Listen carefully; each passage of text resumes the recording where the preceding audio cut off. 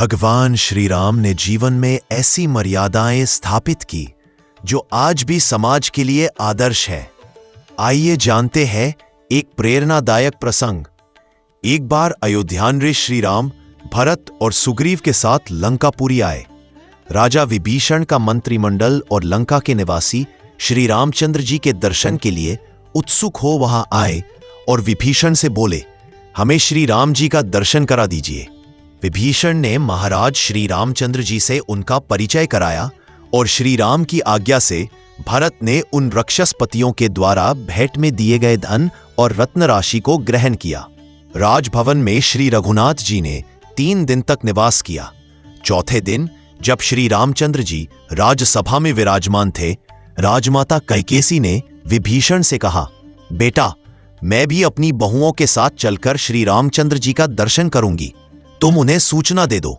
तुम्हारा बड़ा भाई उनके स्वरूप को नहीं पहचान पाया था। तुम्हारे पिता ने देवताओं के सामने पहले ही कह दिया था कि भगवान श्री विष्णु रघुकुल में राजा दशरथ के पुत्र रूप से अवतार लेंगे।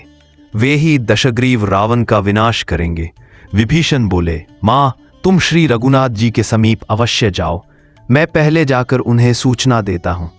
यों कहकर विभीषण वहां गए जहां श्री रामचंद्र जी विराजमान थे और वहां महाराज राम का दर्शन करने के लिए आए हुए सब लोगों को विदा करके उन्होंने सभा भवन को एकांत बना दिया। फिर विभीषण ने श्री राम से कहा, महाराज, मेरा निवेदन सुनिए। रावण को, कुंभकर्ण को तथा मुझे जन्म देने वाली मेरी माता कैकेयी आपका दर्शन करना चाहती हैं। आप कृपा करके उन्हें दर्शन दें। श्री राम ने कहा, मित्र, तुम्हारी माता मेरी भी माता ही है, अतः उनका यहाँ आना मर्यादा के अनुरूप नहीं है। मैं माता का दर्शन करने की इच्छा से स्वयं ही उनके पास चलूंगा। तुम शीघ्र मेरे आगे आगे चलो। ऐसा कहकर वे चल पड़े। कैकेयी के पास पहुंचकर उन्होंने मस्तक पर अंजलि बंधकर प्रणाम किया और कहा, माता, मैं आपको प्रणाम करता हूं।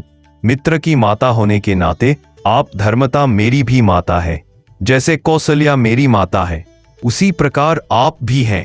कैकेयी बोली, वत्स, तुम्हारी जय हो। तुम चिरकाल तक जीवित रहो। बेटा, तुम्हें अमर यश प्राप्त हो।